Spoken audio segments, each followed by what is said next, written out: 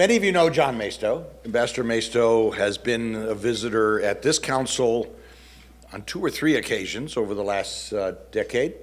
And I first met him some 20 years ago when we had the privilege of hosting him at the World Affairs Council of Pittsburgh.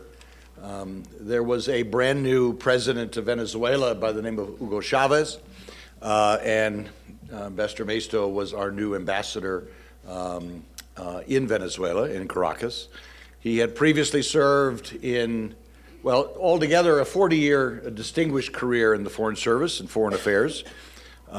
He served in U.S. ambassador to Nicaragua in the 1990s after the end of the Ortega-Sandinista revolutionary period, in which Doña Violeta Chamorro was the Nicaraguan elected president of Nicaragua in the 90s.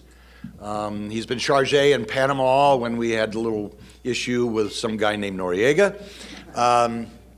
He was attempted to retire from the Foreign Service a couple of times and failed miserably. He was about to retire, but when George W. Bush, 43, became president, he was invited to be the senior director for hemispheric affairs in the National Security Council staff.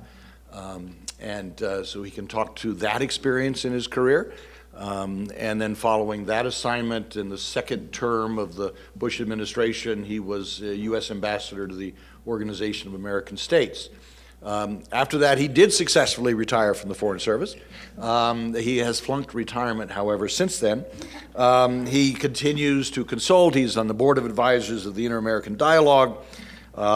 He is president of the U.S.-Philippines Society, consultant on international development at Arizona State University. But amongst other things, he is an advisor to Janet's nonprofit organization, which worked in Nicaragua for 15 years. Can't do that anymore, unfortunately. And most important of all, a good friend of 20 years, at least. So without any further ado, my good friend, John Maisto. Thank you, Sky. That was very nice. Thank you.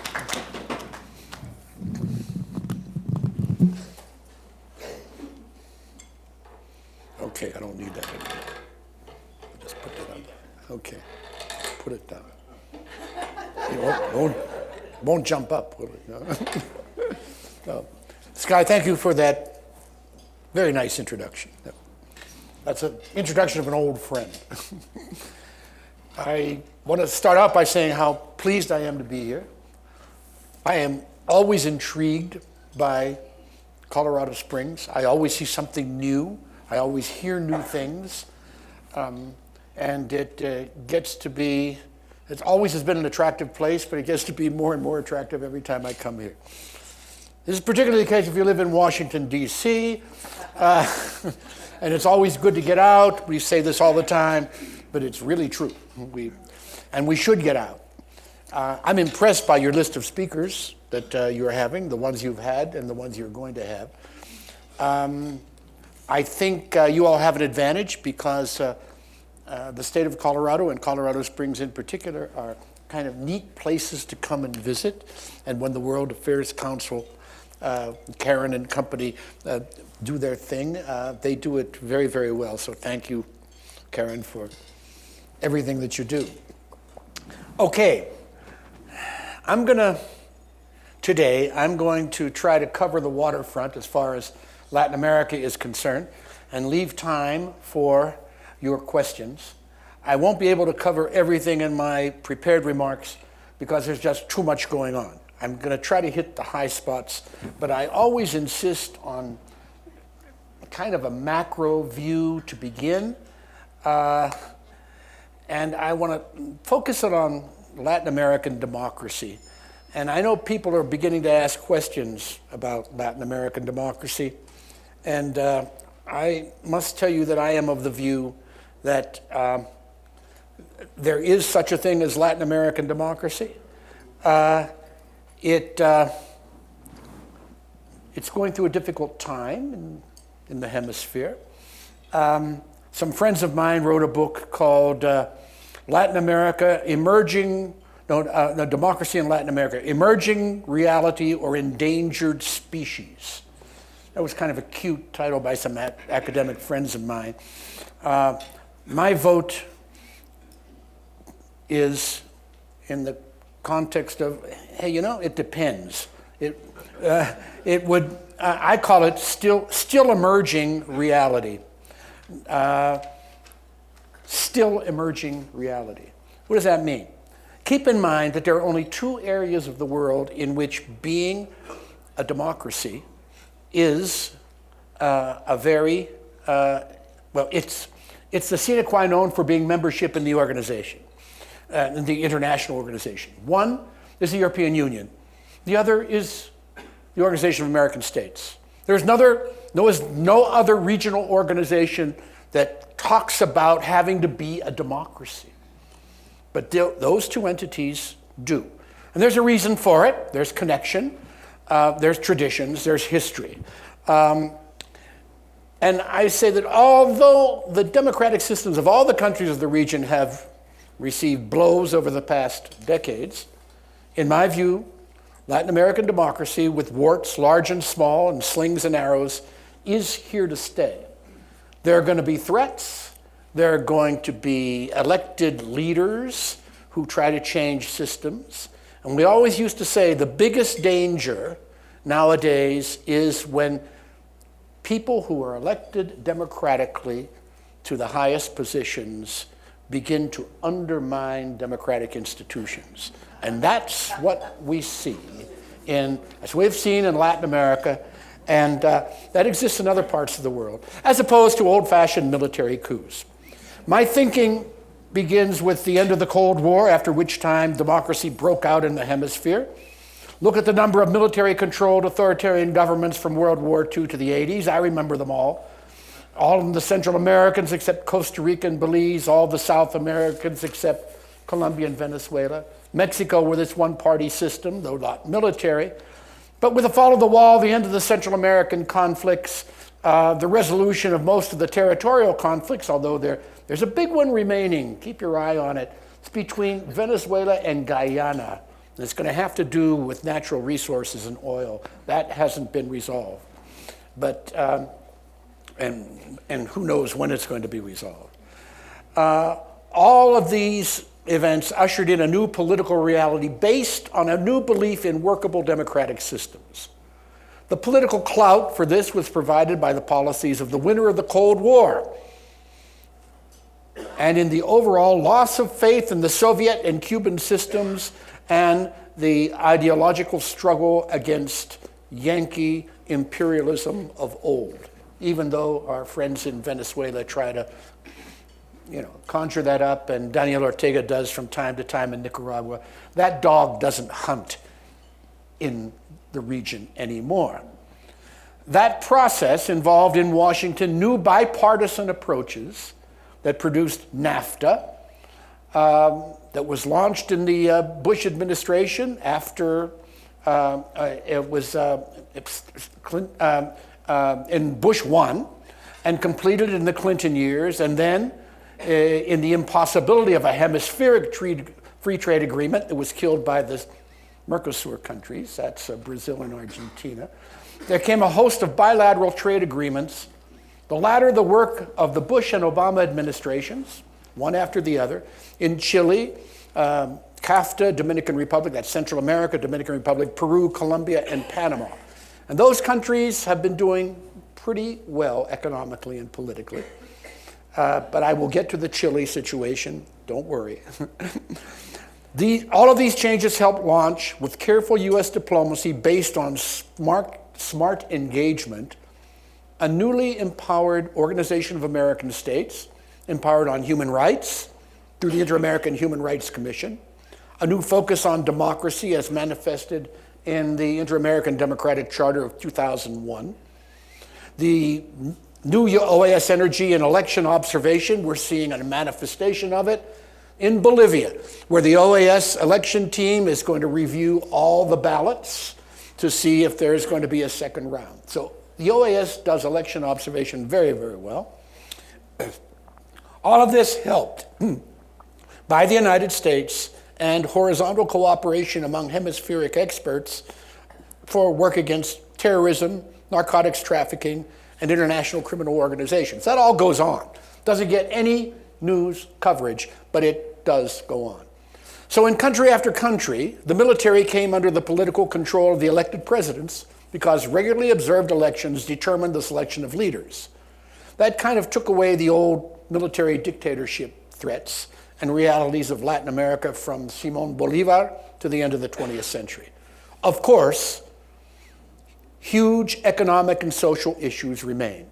And although economies grew and distribution of growth benefits improved and middle classes grew, it was not enough, not nearly enough.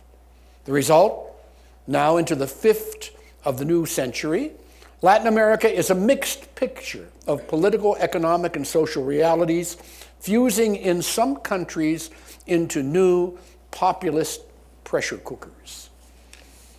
One of my last things to do at the OAS was our General Assembly in Fort Lauderdale, and the title of that General Assembly was rather prophetic.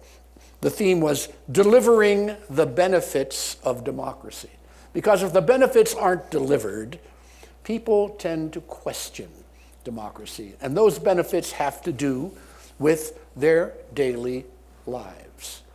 So that is what is at play, and that is that's what is going to continue to be at play as events sort themselves out. I continue to believe there are three categories of elected democracies in Latin America. And let me provide an overall look. One is the ones that are doing reasonably well, although they do have some problems. Peru, Colombia, Mexico, Chile, Argentina, Brazil, Panama, Uruguay, Paraguay, Costa Rica. Those countries have regular elections. They have huge political issues, huge economic and social issues, but institutionally, they are moving along. There are countries with problems, big to medium size. The Centrals, El Salvador, Guatemala, Honduras, Bolivia, Dominican Republic, and the countries that are just scraping the bottom of this list, Nicaragua and Haiti. Then there's a third category of not democratic at all, Venezuela and Cuba. Until Maduro's so-called election last year, I used to call Venezuela a hybrid authoritarian, populist, not really democratic situation. I got that from some of my academic friends, and I thought, gee whiz. Because they had elections, and the regime pretty much won them. Were they good elections? Some of them were, some of them weren't. Remember, the opposition won the legislative elections in Nicaragua in 2015. But nowadays, no way can you call Venezuela anything but authoritarian. A rhetorical question: what about the socialist communist versus the democratic capitalist ideological divisions? Remember those? Today, they're not really valid. Today, several duly elected democratic governments that did reasonably well were headed by leaders of socialist or labor or revolutionary or popular parties. And as we have seen, several leftist governments were succeeded by right-of-center governments through elections, and quite a few. Or by other left-of-center governments, more in the tendency of centrism. What counts today in Latin America is, having been elected democratically, you have to govern democratically, period. And on the economic side, delivering the goods. Regular, free elections, to be sure, as a base, and then delivering the goods in a democratic system, periods of government that end in new elections that are free and fair. I have a lot of statistics that I can throw at you. Growth in the last decade in Latin America had been pretty good when the raw material prices were doing well. minerals, agriculture, products, energy. Not the case now. It's gone down. There are some realities in Latin America that I think are worth sharing. In Latin America, extreme poverty, which means less than $2.50 a day, has decreased in the last 20 years. It is now around 10% of the population. Middle classes have grown dramatically, from 1/5 to 1/3 just in the last decade. However, 35% of the poor live in female-dominated households. And among all of the countries, you have the corruption issue. 30% of the population in Latin American polling says that they have to pay for some type of public service, a bribe, a tip, or whatever. And corruption is a huge, lingering problem in the hemisphere. The region got through the financial crisis of the 2008 period, and many countries did financial and structural reforms as a result. Many benefited from the free trade agreements with the United States and other countries. With the United States, we have Mexico, Chile, Peru, Colombia, Panama, the Central Americans. Notice, all on the, by and large, on the Pacific side. The poverty level did fall because of cash transfer programs, improved education, lower population growth. However, we've had a tick up in the last 3 years. Poverty has increased slightly. In Chile, the poverty has been down over the past 10, 15 years from 40% to now about 10%. In Peru, from 2000 to 2018, poverty dropped from 54% to 20%.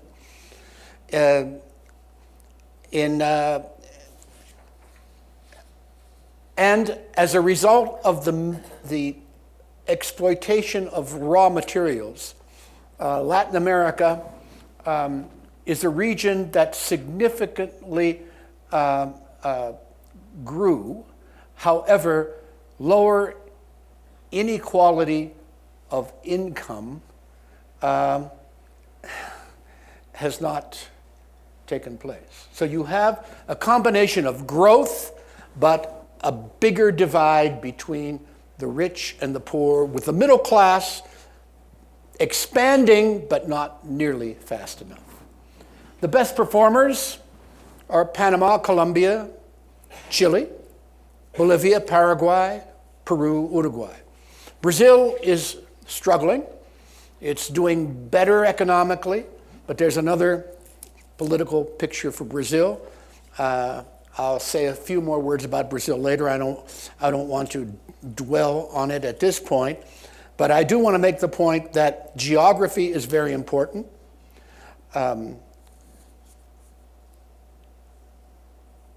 And the Trans-Pacific Partnership advances that were made, but then kind of faded away because of our government's failure to capitalize on the Trans-Pacific Partnership, has been very important for the overall region, particularly the Pacific coast of the entire hemisphere factor. There are two other factors that I want to talk about in general before I jump into Venezuela. And this is kind of from a macro point of view, is the United States factor. The country most tied to Latin America and the Caribbean is the United States. And this is in every way: trade, investment, education, cultural ties, movement of people, family ties. U.S. power really means something in the hemisphere. 52% of all U.S. exports go to the hemisphere. This trade supports between 4 and 5 million U.S. jobs. And U.S. policy traditionally supports this geographic, geopolitical, and economic reality. Remember, it's bipartisan. It's been bipartisan for a long time, since the 80s. And that includes the Trump administration. It is bipartisan. However, we do have another factor in today's relationship. The bases of our policy toward the hemisphere from the end of the Cold War to the present continue to be values, freedom, democracy, prosperity, security, moving beyond common interest to shared values. The Western Hemisphere is a committed partner of the United States, for the United States, and security in terms of destroying criminal cartels in the region. And that is very clearly a bipartisan thing. However, style versus substance is very important, and words matter. One statistic I want to give you is this, and it's a sad one for me. Perceptions of the United States in Latin America are negative. 77% of the population in Latin America have no confidence in the United States to do the right thing in world affairs. In Mexico, that percentage is 93%. Wow. That is a very troubling statistic. But again, even though our interests are there, the perceptions are not good. So I talked about the Pacific factor. You have the Pacific Alliance of the Latins themselves, Chile, Peru, Colombia, Mexico, all looking to East Asia and the Pacific as a new area of expansion. And then you cannot talk about the hemisphere today without talking about China. The China factor is fascinating. There has been an expanding interest, mostly economic, started with raw materials for their growing population, moving from urban areas, and their huge commercial interests. They don't seem to have a strategic military serious interest. Trade of the region with China in 2000 was $12 billion. Today, it's upwards of $280 billion. They have done a lot of lending, international development type lending.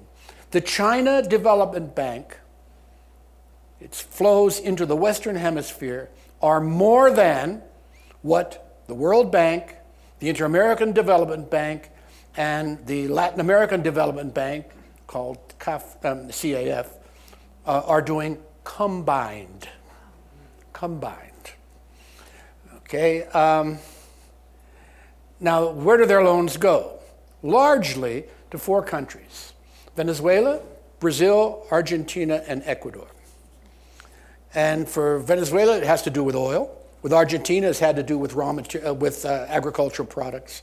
With Brazil, iron ore and agricultural products, soy, timber, and Ecuador, oil. So the Chinese are following their one belt, one road policy, even in the Western Hemisphere. That's a subject, if you can get a good speaker on that subject, you should. It's fascinating. But there's Chinese technical engagement as well. For example, they're building and launching satellites for Brazil, and they're doing that in Venezuela, Bolivia, and Ecuador.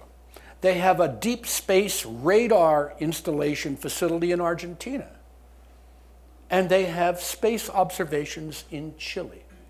So the Chinese are doing their Chinese thing quietly with development assistance. And it's something that we should all be watching very carefully. Let me turn to Venezuela. I want to talk about the current situation, the humanitarian tragedy, why Chavez, what happened to the traditional party elites there, the Cuba factor, and Russia and China too, Maduro and the current downward spiral, the new generation of opposition, a young man by the name of Juan Guaido, who's a new leader, the events of 2019, and our policy options.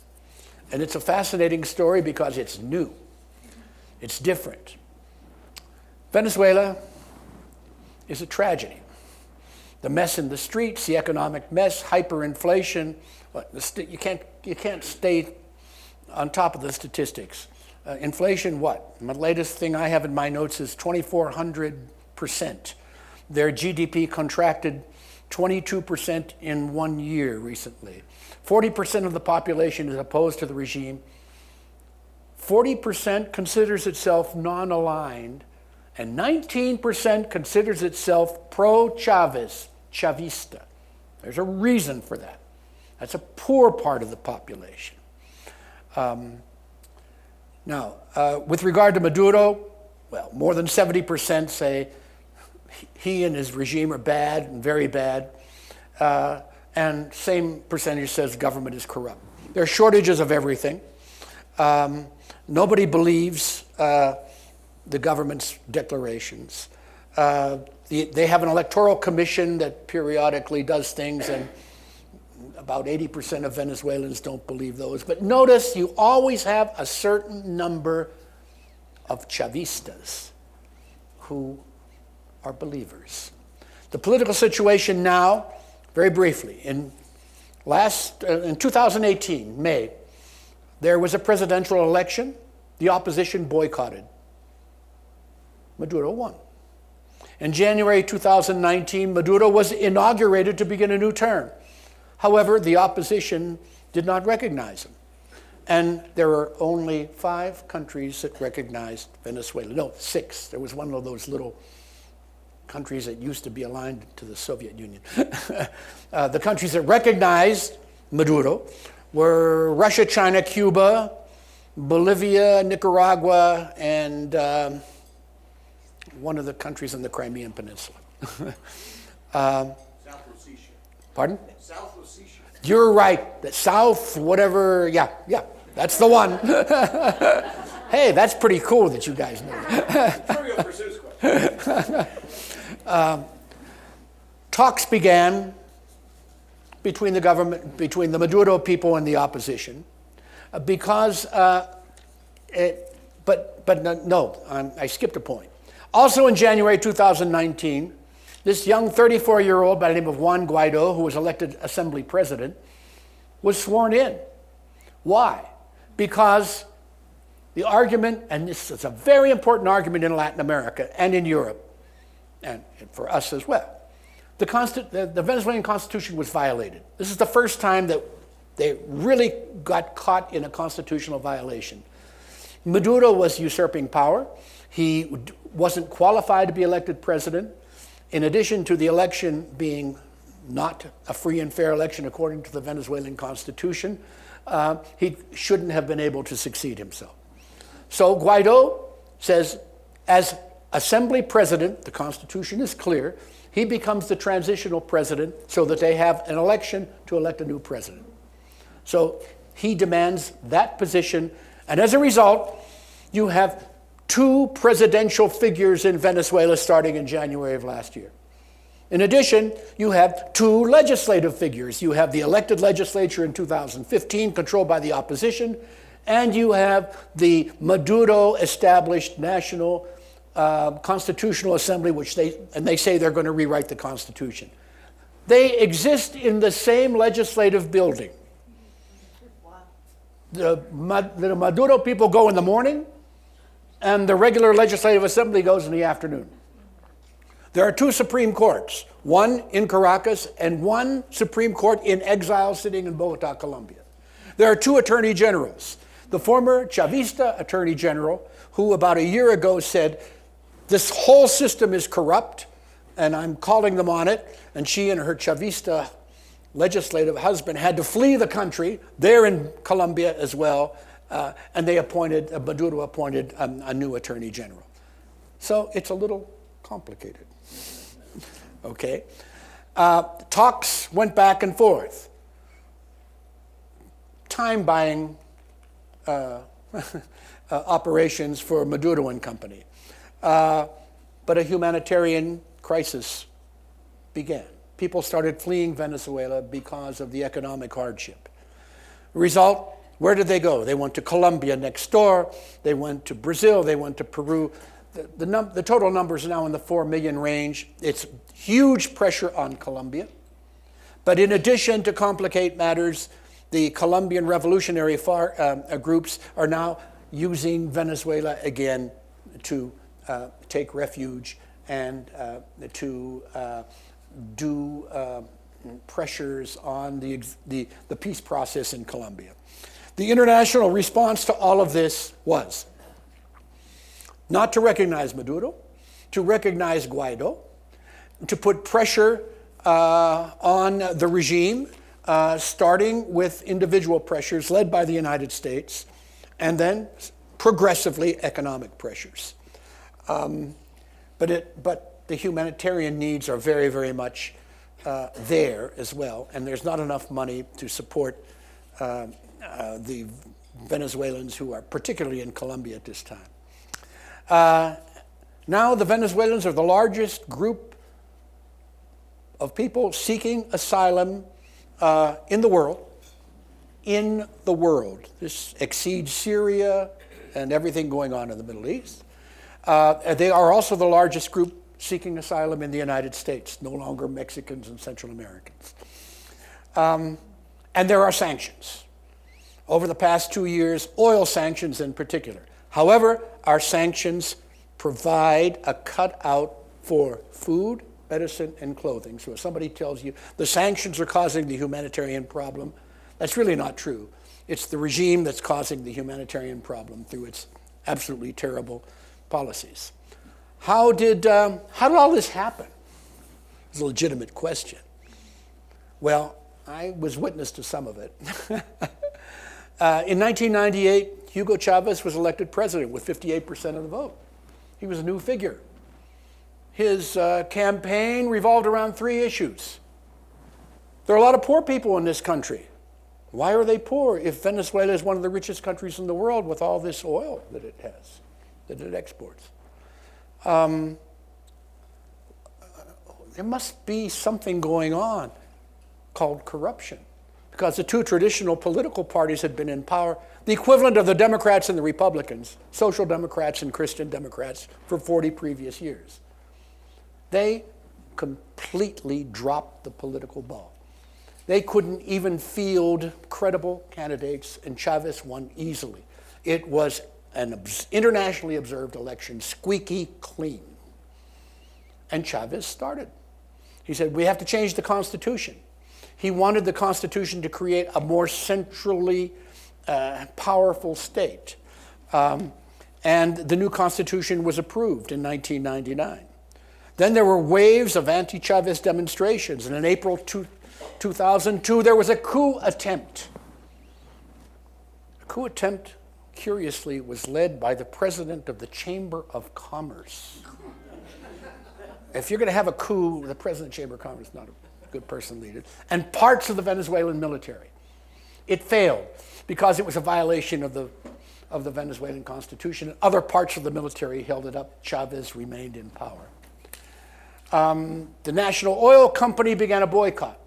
There were strikes lasting for months, which failed. There were election after election. Chavez was elected in 2006 to a 6-year term.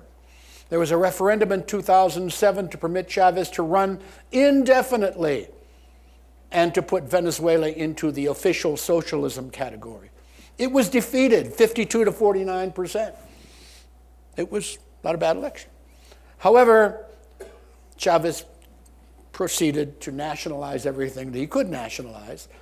And there was in 2009, followed by a referendum on eliminating all term limits for everybody, and that was a win by Chavez, with 70% turnout. Then there were issues with Colombia and legislative elections, and the opposition managed to keep enough members of the opposition there to prevent the Constitution being changed by a simple majority vote. There was a presidential election in 2012. Chavez won, and in 2013, he died. And there's a lot of stories there. There was a new election, but during that time, the economy began to decline. The price of oil began to go down. There were border issues. Then in 2015, the opposition coalition won legislative elections. Why did they win? Because there were probably 20 opposition parties, and they decided, state by state, district by district, they were going to figure on one candidate. They weren't going to split. And that's the only way an opposition can deal with an authoritarian regime.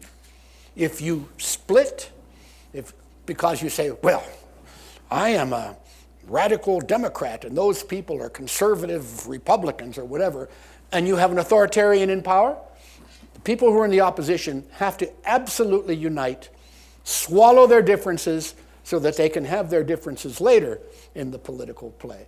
But to get the authoritarian out, no. You've just got to unite. Maduro went on to have the presidential election in 2018. In the meantime, the Supreme Court attempted to dismiss the Legislative Assembly, was not successful. And starting in 2018, inflation went up. And starting in 2018, U.S. economic sanctions, no, a little before that, U.S. sanctions began on individual Venezuelans, and then the economic sanctions began in 2018. There were shortages. All sorts of things happened. That got us to 2019, January of this year, and what I just described to you, the situation involving Guaido and Maduro. So Guaido's government is recognized by 50 countries. There is a Guaido ambassador in Washington. Oh, another difference is in the United Nations you have the Maduro people, and at the Organization of American States, you have the Guaido people. So there's another example of the curious situation of Venezuela. There have been dialogues all of this year. The policy of the opposition right now is that they have tried to drag Maduro to the table, but Maduro has refused. The opposition has said, let's have a national unity government and then internationally observed elections. And Maduro said no. Then there were talks going on in both Oslo and in Barbados, and then the United States got involved in it because our national security advisor, Mr. Bolton, made statements saying that there can be no negotiated solution in Venezuela. Maduro has got to go. That cut the ground out from under the opposition, and things remain in an impasse. The opposition is still attempting to drag the Maduro government to the negotiating table while sanctions are in place. It's messy. It's very, very messy. Okay, what is U.S. policy? U.S. policy reminds me of a very difficult baseball game. It is, and if you notice, the baseball players talk about it all the time, it's grind.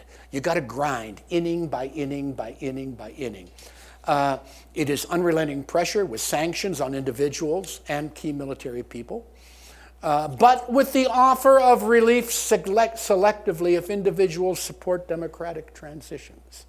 And already there have been a couple of individuals who have showed up in Spain or in Colombia or someplace saying, hey, okay, we jump ship. So you have that piece. Then you have steadily increasing economic and financial and oil sanctions. No more Venezuelan oil comes. You have active diplomacy to support sanctions and the opposition cause in other countries, because you have something that's needed called secondary sanctions. A bank in Spain is dealing with the Venezuelans as if things were normal. Treasury goes to them and says, Mr. Bank in Spain, if you want to have banking relationships with American banking institutions, you have to stop that, because otherwise we will prohibit that. That's the secondary sanction process. Active diplomacy to increase humanitarian aid, and Washington keeps They focus on an electoral solution, which includes the Chavistas. If there's going to be an election to resolve Venezuelan situation, the Chavistas are not going to go away. Just like in Nicaragua, the Sandinistas are not going to go away. They're there. They're a reality. And so they're going to have to take part.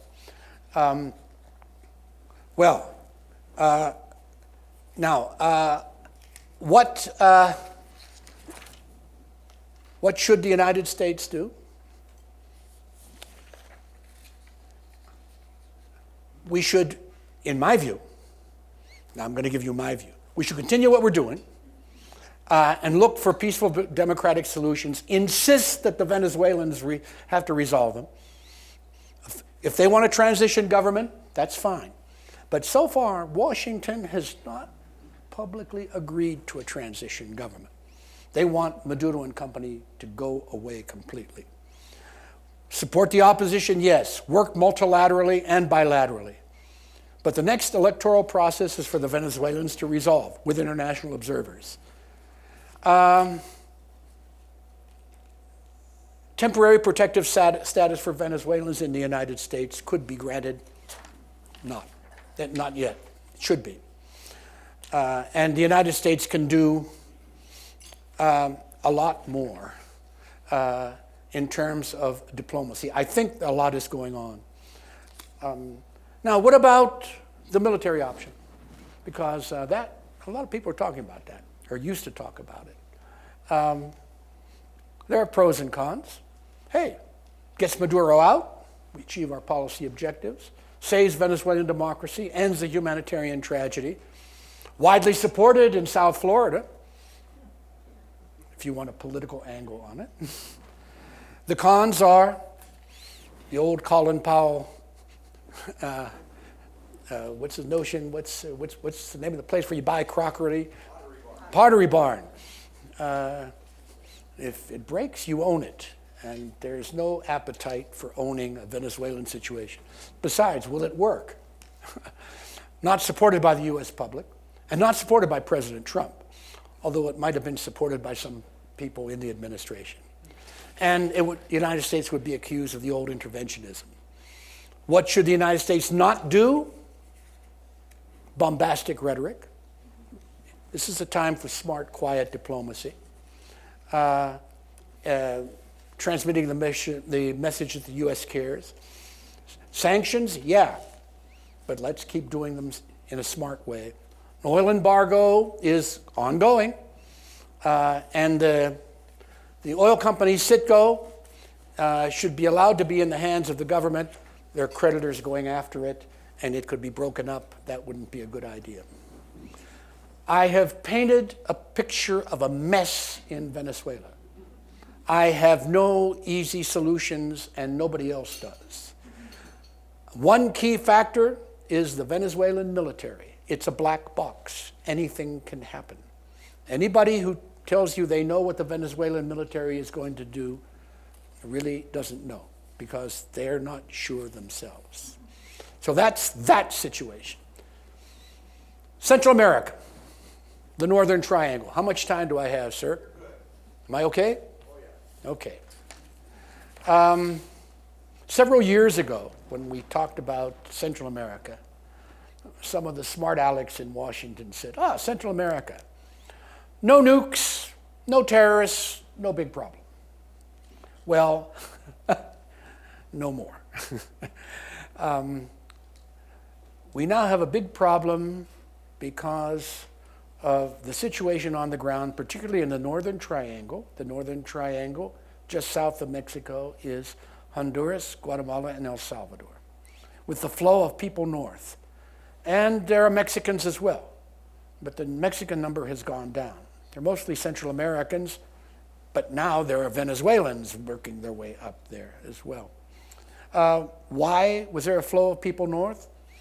Violence, drug gangs, heroin, opioid epidemics. And all of this is caused by the old law of supply and demand. Because drugs are moving, they're produced in the Andean countries, they transit through Central America, and they make their way to the United States.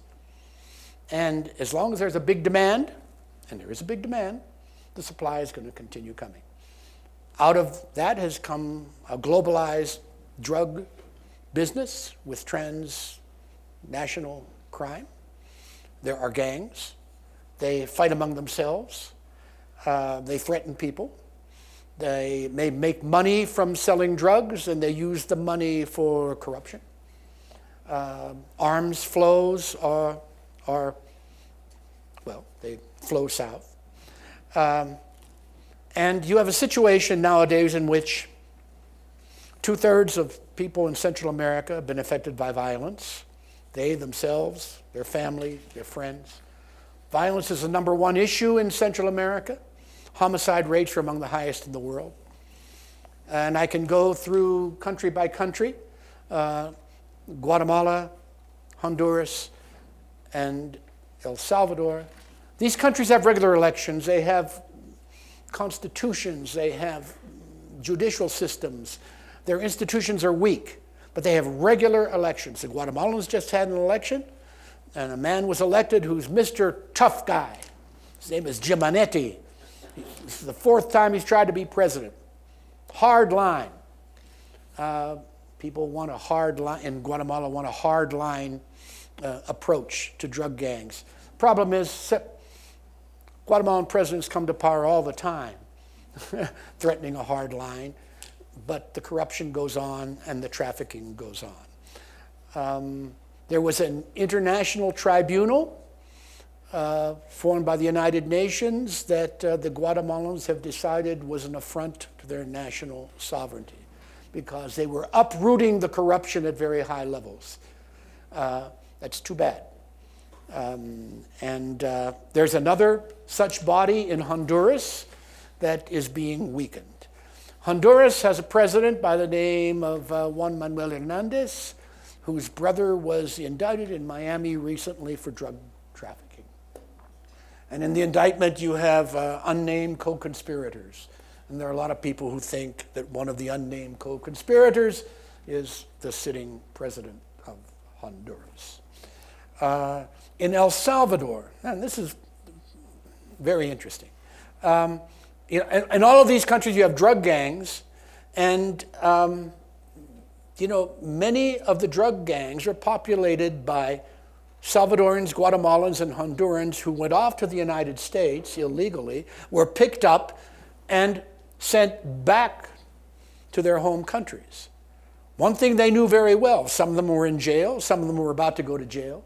The one skill, no, they brought 2 skills with them. One was proficiency in English, and the second was the drug business and the gangs business. And so gangs with the names of the Los Angeles drug gangs are now in El Salvador and in Guatemala. But El Salvador has just elected a brand new president, a young man from the private sector, who seems to be a breath of fresh air. And our administration likes him. People in Congress like him. And he is attempting to put a big focus on the root causes as well as the need for reform in the police and reform in the military, etc. Our administration has fluctuated back and forth. President Trump a few months ago said, those countries aren't helping us anymore. We're going to stop giving economic assistance to them, which those of us who follow Central America didn't think was a good idea because you have to do things to fight, get at the root causes. And with the money we were providing, we were doing that, and there was some measured progress that was being made. If anybody thinks that the situation on the ground in Central America can be resolved from one fiscal year to the next, or from one election here to the next, no. There has to be a commitment, a long-term commitment. And you pretty much have a bipartisan agreement in the Congress of the need to stay there. But the president pulled something, right out of the air. Happily, just recently, he reinstituted, just 2 weeks ago, The rest, they took some money away, but $150 million was replaced, and that's good. So we just have to we have to keep working. What on? Institutional reform, the judiciary, institutional reform of the police, economic activities that have to do with the education of young people. I can tell you about situations, people I've met, people who were trying to get to the United States. A mother in Tegucigalpa who told me that she sent her son to the United States, didn't have a visa. Why? Because drug gangs went to their house in their village and said, your son has to come, 16 years old, has to come work for us. They said, no. They said, no, you don't understand. He either comes to work with us or we kill him. You go to the police? Come on. Police can't do anything about it. And who knows if they're not in bed with the drug people. So those are the realities. What are the policy options for us? One of them has to do with the border. If you want to, better policing of the border. I will not get into a debate here or a presentation of how you do that. There's enough of it here in public in the United States. But dealing with the root causes, we just have to stay committed. There is no other recourse. And there's one other way to do it, and that's to work with Mexico. The Mexican government wants to work with the United States on Central America because they border Central America too, and they're kind of caught in a squeeze. So all of this is going to take time, patience, and follow through, and a steady policy on the part of the United States, not jumping from one policy to another and confusing people. I want to say a few words about Mexico. It is so important to the United States. You had a previous speaker, I understand, who touched all of this, who happens to be an old friend of mine, and I know he touched it well. I'm not going to get into the fusion of the Mexican and the U.S. economy. The upper third of Mexico, for all intents and purposes, is part of the economy of the United States and has worked well. NAFTA has been a huge success in spite of rhetoric that you hear. And NAFTA by a new name called USMCA, United States, Mexico, Canada Agreement, because our president likes to change names, which is just fine. The Mexicans are happy to change the name as long as they have a continuation of the agreement. And let me say this, the Mexicans have been handling, when you're president of a country and your country is being insulted regularly, and you have to take care of the relationship, you have to do that carefully and smart. And the president of Mexico, a populist, by the way, an old-style, big government spending, responding to the needs of the poor populist, and the Mexicans will go through their period. But they have decent elections now in Mexico. Didn't used to be the case. Seems to be doing, he has a very good foreign secretary, dealing pretty smart with the United States. And those of us who follow Latin American affairs, you wonder when the nationalist explosion is going to come. They just hold off. They don't pay much attention to it. They just take care of business. Okay, let me say a few words about populism. Big subject. Definition is a political approach that strives to appeal to ordinary people who feel their concerns are disregarded by established elite groups. I went to the dictionary to check that out. It gets translated into political terms in a variety of ways. Authoritarians use it all the time to justify what they want to do. And it can cover the gamut from a Chavez to an Erdogan in Turkey, to Duterte in the Philippines, to, the Socialist Party in Chile, to the Peronists in Argentina. You can have democratic populism or authoritarian populism. So we'll see what happens. It's been around a lot in Latin America. And there are 3 countries in which it is manifesting itself in 3 different ways, in my view. Argentina. The Peronists are back. What does that mean? A friend of mine, who was a Brazilian, said to me, there they go again, the Argentines. The people who caused the problems in the previous administration have now been elected because the people who were elected to solve the problems couldn't resolve the problems. So now the people who caused the problems have been put in power.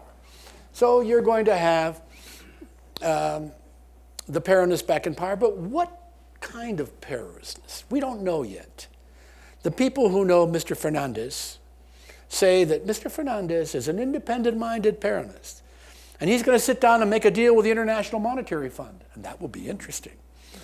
And the private sector in Argentina so far has been cautious about the incoming government. They haven't, gone off crazy. So we'll just have to watch. How much influence will Cristina Fernandez de Kirchner have as vice president? Vice presidents in Latin America usually don't have much influence.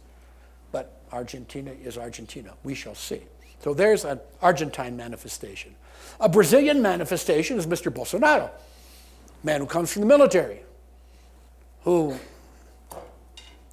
iron fist and is against corruption. Corruption was the big issue in Brazil. That's why Bolsonaro got elected. Right of center.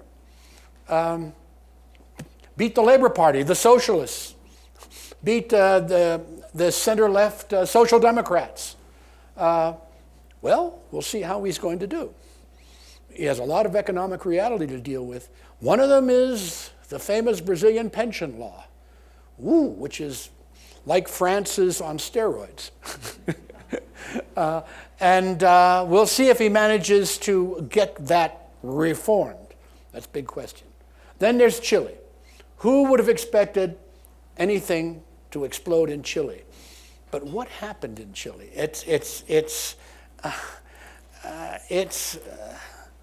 Now we're seeing a struggle within democratic institutional lines between 2 approaches to Chilean economic reality. One of the conservative Chicago school that the Pinochet regime put in, which has lasted to the present day in the Constitution, which has, that Constitution called for a lot of privatization, and the demand for people who say, wait a minute, the pensions are in terrible shape. The health care isn't what it should be. The education system has deficiencies. And an explosion caused by a 3-cent raise in subway fares in the most modern subway system in all of Latin America. Fascinating to watch. Will the Chileans be able to put it together? That's what is being, that's what their billionaire president is trying to hammer out right now. If I had to bet money, the one country I would bet money on the Chileans getting this done, on something, within a system happening in Chile with reforms, I would bet on the Chileans pulling this out. Let me say a few words overall. I know there are countries I didn't touch yet. I haven't touched Nicaragua, but I will. But I'll give an overall conclusion about U.S. policy. U.S. policies have continued since the end of the Cold War. Engagement, people-to-people, political engagement, economic engagement, cultural things, they all make sense, and they all have bipartisan support. But the challenge is to see policies through. And security, country by country. There are different things that we can and should do. There are democratic values that are truly shared.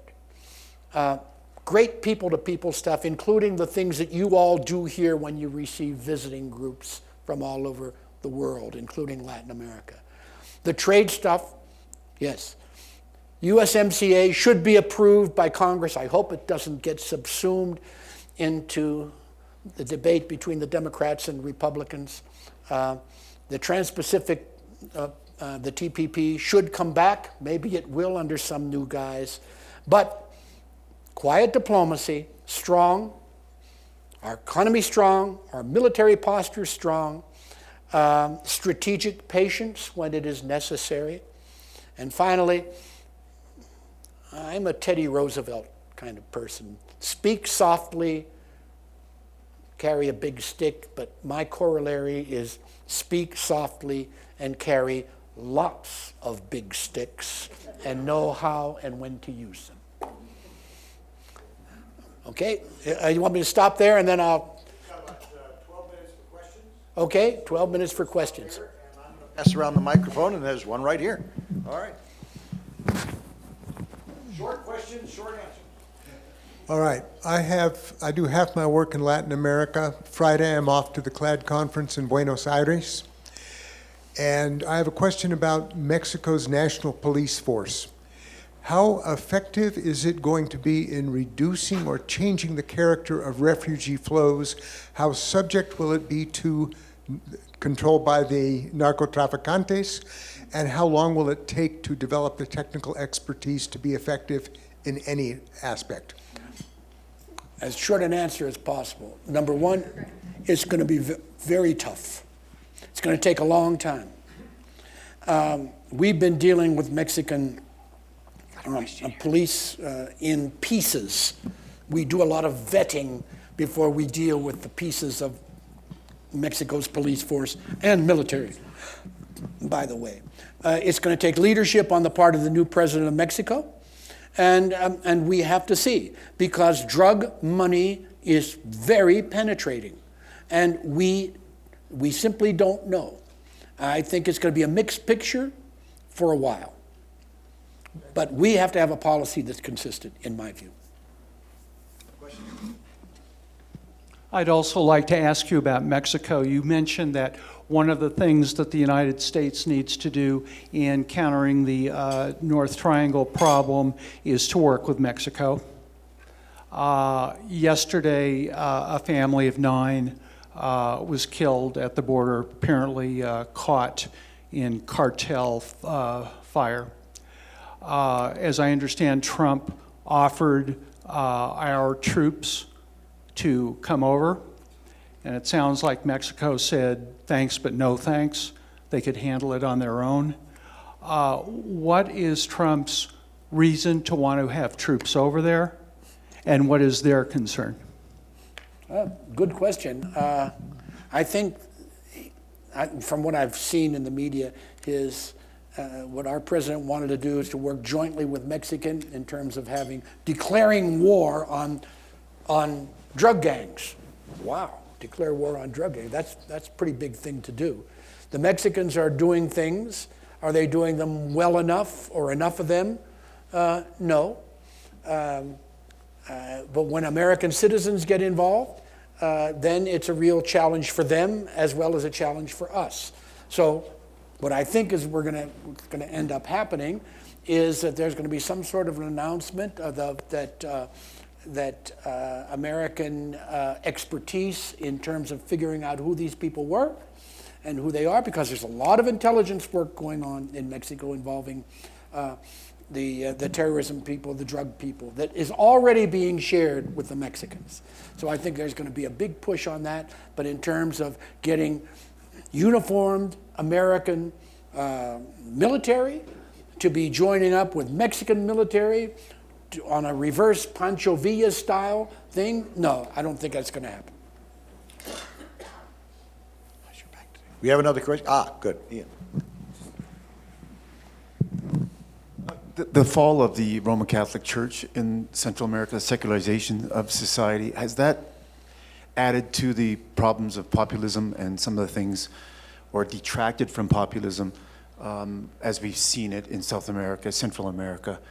Seems like the church was a larger part of the world there, and now it's less so. Can you comment on that? Wow, that's a big question. The Catholic Church in Central America has been in a rival situation with evangelists, the evangelical communities of all sorts. There are American and foreign evangelicals. There are a lot of Mormons. There are a lot of Mormons in Mexico. Unfortunately, it was a Mormon group, according to the news accounts, was caught up in this. There was a time when in the Catholic Church you had the phenomenon of liberation theology, particularly it was strong in Nicaragua and strong in some of the other countries too. That's kind of faded. Is there enough attention being paid by the Catholic Church to the socio-economic problems of the poor people? That's a subject that's open to debate. There is an awful lot of charity work that's done. There's an awful lot of education work that's done. The Don Bosco situation, Don Bosco education of technical expertise to young people, carpenters and laborers and bricklayers and all sorts of things. That's been steady in Latin America for decades, for centuries. But the poverty issues and the crime issues are going around in that society. I don't think anybody blames the church, really,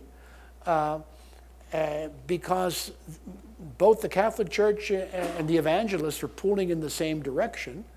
And sometimes you even have cooperative efforts among them. In El Salvador, and it's still going on, you have a project called El Salvador Seguro, which brings civic organizations and church organizations along into particular areas of high crime and vulnerability. I wonder if that's mine. I hope not. No. So I don't have a clear answer for you, but it's all part of the very difficult scene in Central America today. We've got a few more minutes, John, and don't see another hand, so I'm going to jump in with one country that you haven't talked about. What's that, Nick? Oh, there is one back here. Sorry. Let me go here. But I'd like you to say a couple words about Nicaragua as well. Okay. But we're going to have this question first. I just thought of what I wanted to ask. Do you have any thoughts about how to strengthen the population who's being oppressed and overrun by these gangs? There's a lot of women and children, I realize, and unemployed young men. How can they be strengthened to stand up against this? That's, very frankly, that's easy for us to think about. But when you're on the scene, when I think of that mother that I met in Tegucigalpa, what do you say to her? Gee, you should go back to your village and organize, the women, and she would look at me and say, are you kidding?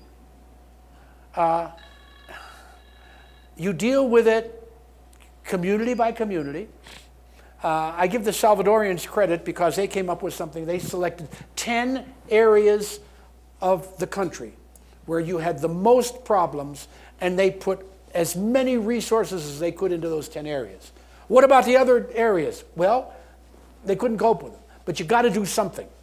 You make priorities, follow through, make sure you have good police work, which leads me to a discussion of Nicaragua. Nice segue. Okay. Nicaragua wasn't that much of an issue until April of last year. Because up until April of last year, Nicaragua had 4% growth, an excellent investment climate, was considered to be the most secure country in Central America. Why? Because of a remnant of the Sandinista period in which they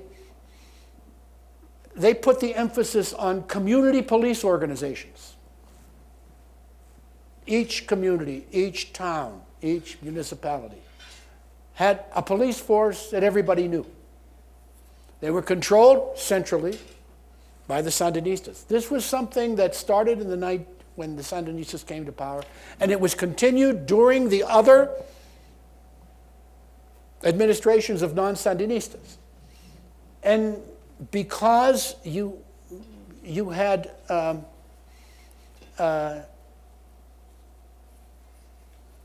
progressively more professional and less politicized police force, it worked. And Daniel Ortega had been elected in 2006, finally. Why was Ortega elected? Because the traditional political opposition in Nicaragua split. In previous elections, when the non-Sandinistas stayed together, for the election of Mrs. Chamorro, for the election of Mr. Arnoldo Alemán, and for Mr. Enrique Bolaños, Daniel Ortega, election after election, lost. When they split, because any Nicaraguans here? That's okay, even if they are.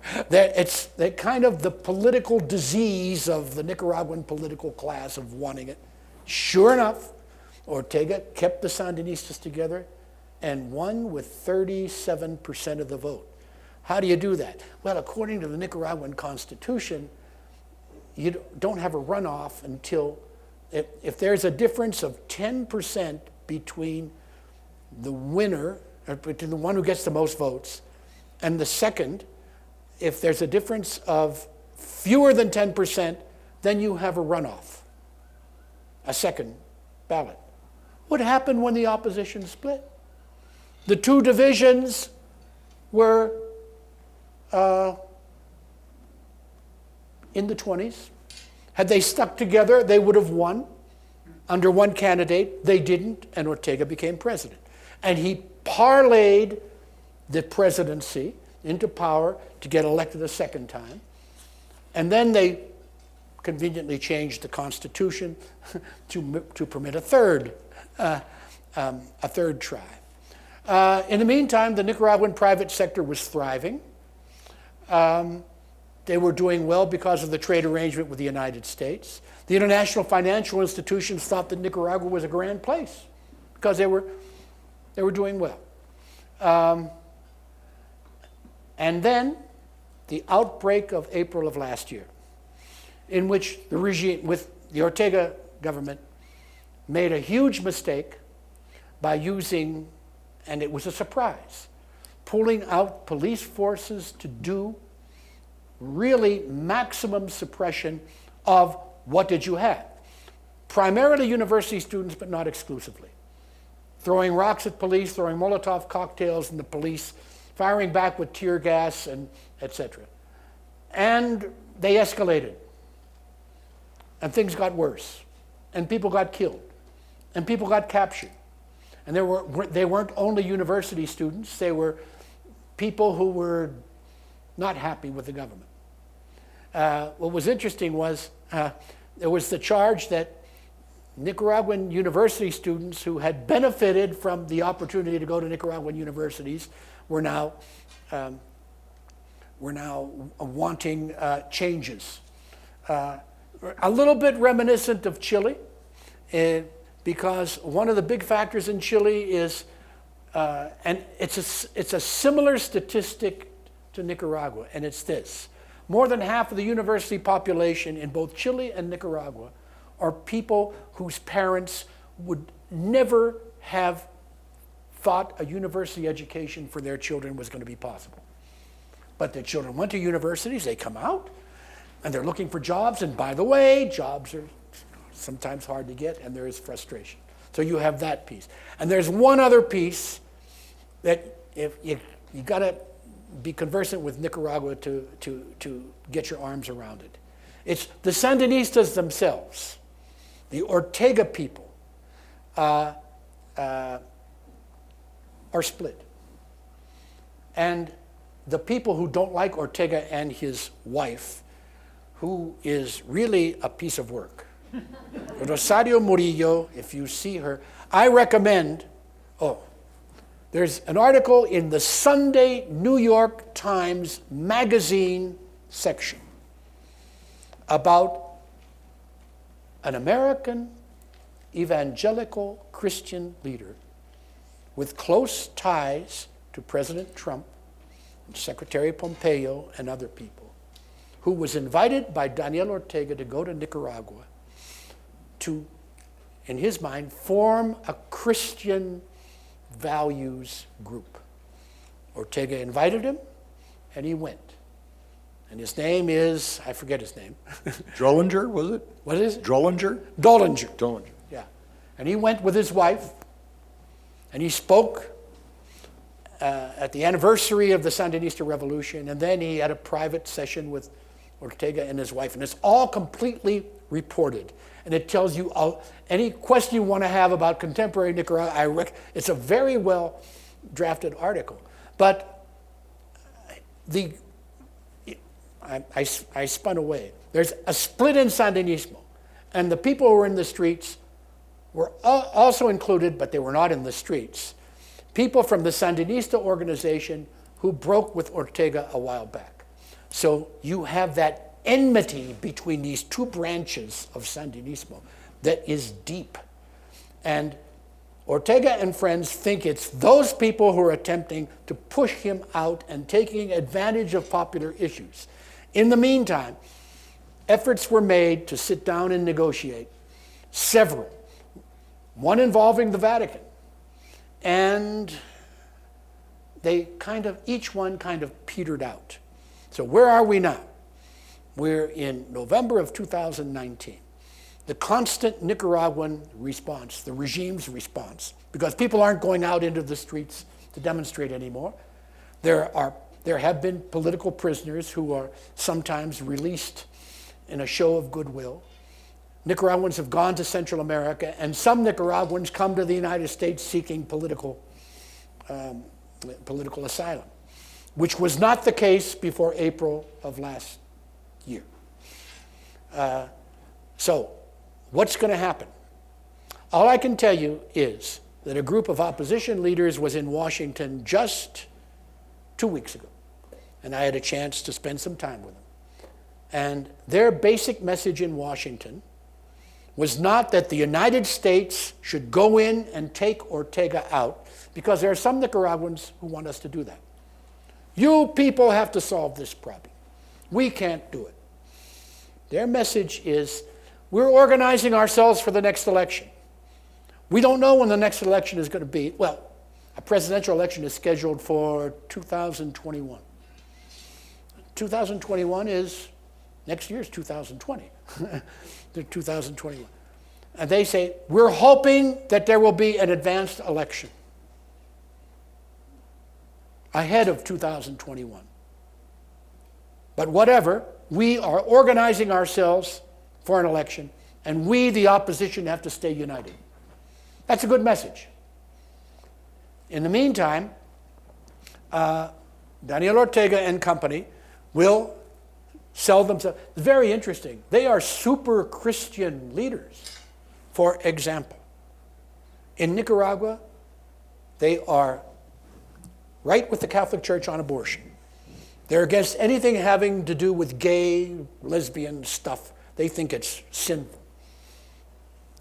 And one of the other cool things, Sky, is they do not recognize the People's Republic of China. They recognize the Republic of China and Taiwan and have very good relations with them. Thank you. At the same time, they have good relations with Maduro's Venezuela, because Maduro's Venezuela was providing them cut-rate oil for years and years. And what they provided Venezuela all those years and still do is support in international organizations. That's all. And sometimes Daniel goes there for events. So it's, bottom line, what's going to happen in Nicaragua? The Nicaraguans are going to have to get their situation resolved themselves. Now, the Ortega regime has no friends in Washington, and there are a certain number of sanctions on individual Nicaraguans. I hope we don't do economic sanctions. It's too poor a country to suffer that sort of thing. But there are sanctions on the Ortega family, which really, everything is personal. When you say in Latin America, this is not personal, but it really is personal. And that's the way they look at it. So, but read that article in the New York Times. It's very good. John Maisto, thank you very much. Wonderful tour de force.